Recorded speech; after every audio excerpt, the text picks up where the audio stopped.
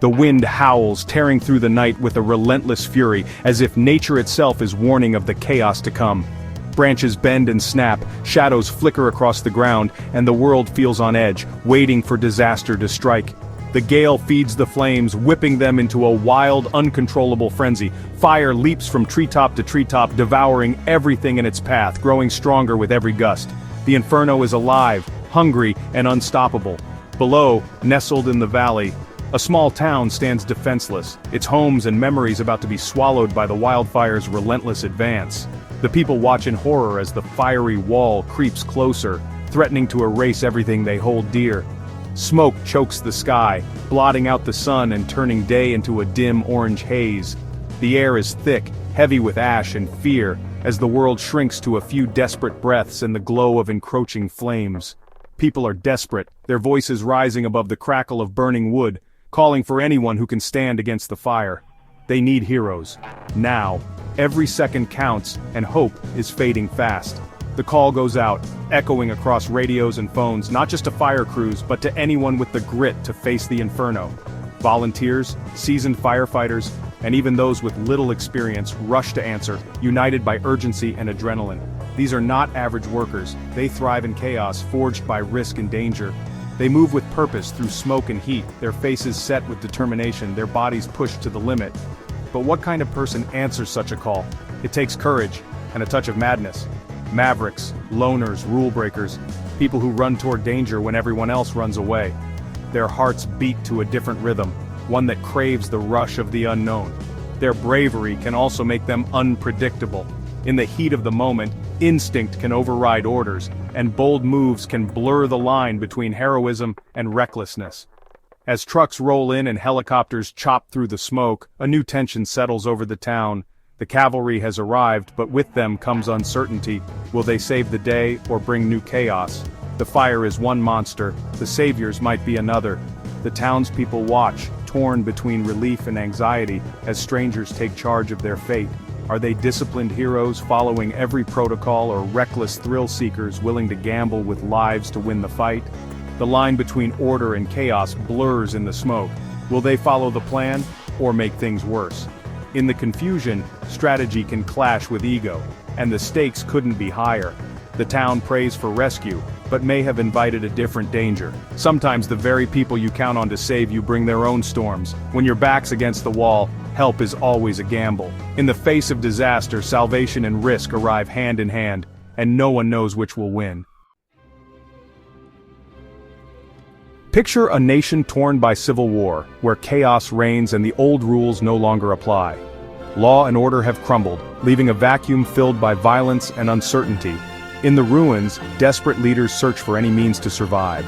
The government, cornered and running out of options, turns to mercenaries, soldiers who fight not for patriotism, but for profit. These are men and women who pledge allegiance to whoever pays the most, not to any flag or cause. Many are ex-special forces, trained in the art of war, experts in tactics and violence. They arrive like a scalpel, precise, efficient, and often deadly, ready to do what regular armies cannot or will not. Their mission is simple: fight, win, and get paid.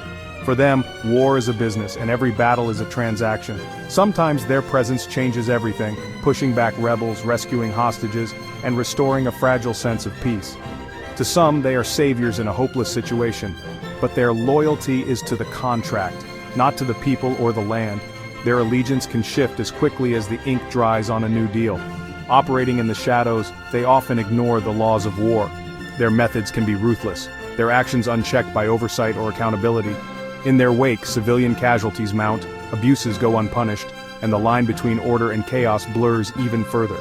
When the dust settles and the enemy is gone, a new question emerges. Who now controls these heavily armed professionals, loyal only to their next paycheck? Mercenaries can prop up dictators, destabilize entire regions, and sometimes become the very threat they were hired to eliminate.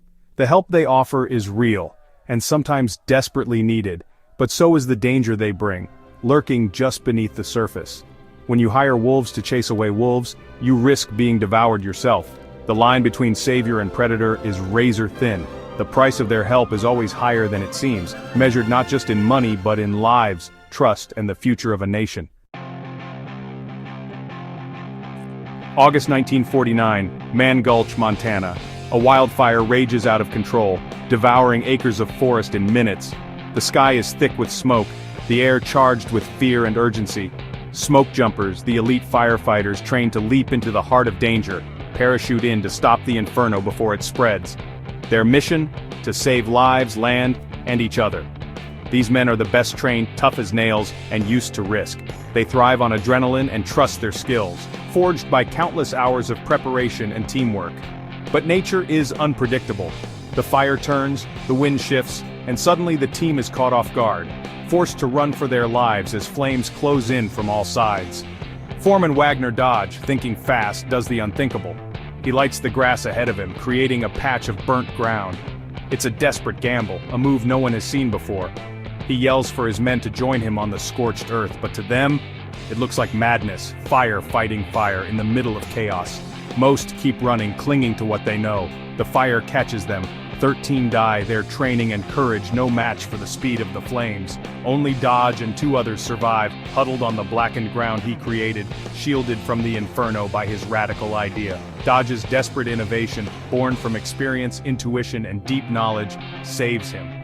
In that moment, expertise becomes the difference between life and death. But his solution was so extreme, so outside the norm, that even his own team couldn't trust it. Sometimes genius is invisible in the heat of crisis. Even the best help can fail if trust and communication break down. In the chaos, hesitation and doubt can be fatal. Expertise can save lives, but only if others believe in it, if the team is willing to follow, even when the path seems impossible. Sometimes the most dangerous idea is the only way out. In moments of crisis, boldness and trust must go hand in hand. But if no one follows, expertise becomes tragedy, a lesson written in ash and loss. In crisis, trust is as vital as skill. The bond between leader and team can mean the difference between survival and disaster. The edge between genius and madness is razor thin, and in the world's most dangerous moments, it's trust that tips the balance. 16th century Mesoamerica. The Tlaxcalans, oppressed by the Aztecs, dream of freedom. Then strangers arrive, Cortez and his conquistadors armed with steel and fire. They offer an alliance to topple the Aztec Empire. Desperate, the Tlaxcalans join forces with these foreign warriors. Together they conquer Tenochtitlan. The immediate threat is gone. But the saviors are conquerors, not liberators. The Spanish turn on their allies, subjugating them in turn. New diseases devastate the land, cultures are destroyed. The help that freed them from one empire leads to the loss of their world. Sometimes the solution is more dangerous than the problem. The lesson: be careful what kind of help you invite in. Allies can become overlords. Liberation can become annihilation. The price of rescue may be everything you hope to save. History is full of double-edged swords. A submarine lies crippled on the ocean floor, crew running out of air. Military rescue is too slow or can't reach the depth. Enter the mavericks of the deep, private explorers, salvage experts, inventors. They bring custom submersibles, unmatched experience, and a willingness to risk everything. Free from bureaucracy, they innovate and act fast. Their machines are nimble, their methods unorthodox. They can perform miracles in the abyss, but their tools are experimental, their judgment sometimes clouded by obsession. A rescue becomes a high-stakes gamble. The same passion that drives them can push them too far. The line between calculated risk and recklessness blurs in the deep. These daredevils are humanity's last hope, and its biggest risk. When you call them, you bet everything on their skill and luck. In the abyss, there are no guarantees. The stakes, life, death, and the unknown. Crisis scrambles the moral compass. Aid workers are taken hostage. Official channels are paralyzed. Do you let them die, or hire mercenaries to break the rules and save them? The immediate goal? Bring them home, whatever it takes. But paying ransoms or using unsanctioned force fuels more kidnappings. You solve one problem but create a bigger one for the future. The cycle of violence grows. Do the ends justify the means? There's no easy answer. Every choice has consequences, some seen, some hidden. In the fog of crisis, principles bend and accountability blurs. The cost of rescue can echo for years. Not all crises are physical, some are battles of the mind. When addiction or depression destroys a life, families may turn to tough love interventionists. These are the special forces of therapy. Confrontational, intense, uncompromising. For some, it's the shock needed to break denial and spark change. The transformation can be dramatic, lost lives reclaimed, new strength found, but the cure can be as dangerous as the disease. Aggressive methods can inflict trauma, trigger breakdowns, or create new scars. The rescuer can become an abuser, wielding power instead of healing. Sometimes the medicine is poison. The line between saving and harming is thin. Extreme help can save or destroy. In the mind's abyss, the cost of rescue is never simple. Every intervention is a risk. Sending in dangerous people is a high-stakes gamble. Control is everything. You need clear command, strict rules, and unbreakable communication. Without it, your asset becomes a liability. The mission commander must understand both the mission and the mindset of the dangerous helper. Orders must be clear, egos kept in check. Many operations fail because leaders don't understand the tools they use. The best results come when command includes someone from that same dangerous world. They bridge the gap between chaos and strategy. Success depends on accountability and a stop button. Without oversight, you sponsor chaos, not rescue. The art is taming the beast, just enough to get the job done. Discipline is the difference between salvation and disaster. We've seen fire, war, and the abyss. Each time the call goes out for a different kind of hero. Mavericks, mercenaries, experts, they can turn the tide, but at a cost. The rescuers can become the threat, the cure, the poison. Relying on them is a pact with uncertainty. Their methods are brutal, their motives complex, their consequences unpredictable. Using them is like dynamite, effective, but dangerous. So, is it ever right to send in the most dangerous humans? Sometimes yes, but only as a last resort, with extreme caution. You need a plan, control, and a moral line you won't cross.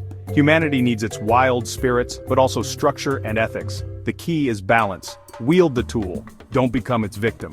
When you ask the wolves for help, be ready to be their master. If not, you risk becoming their prey. The choice is yours, and the stakes are everything.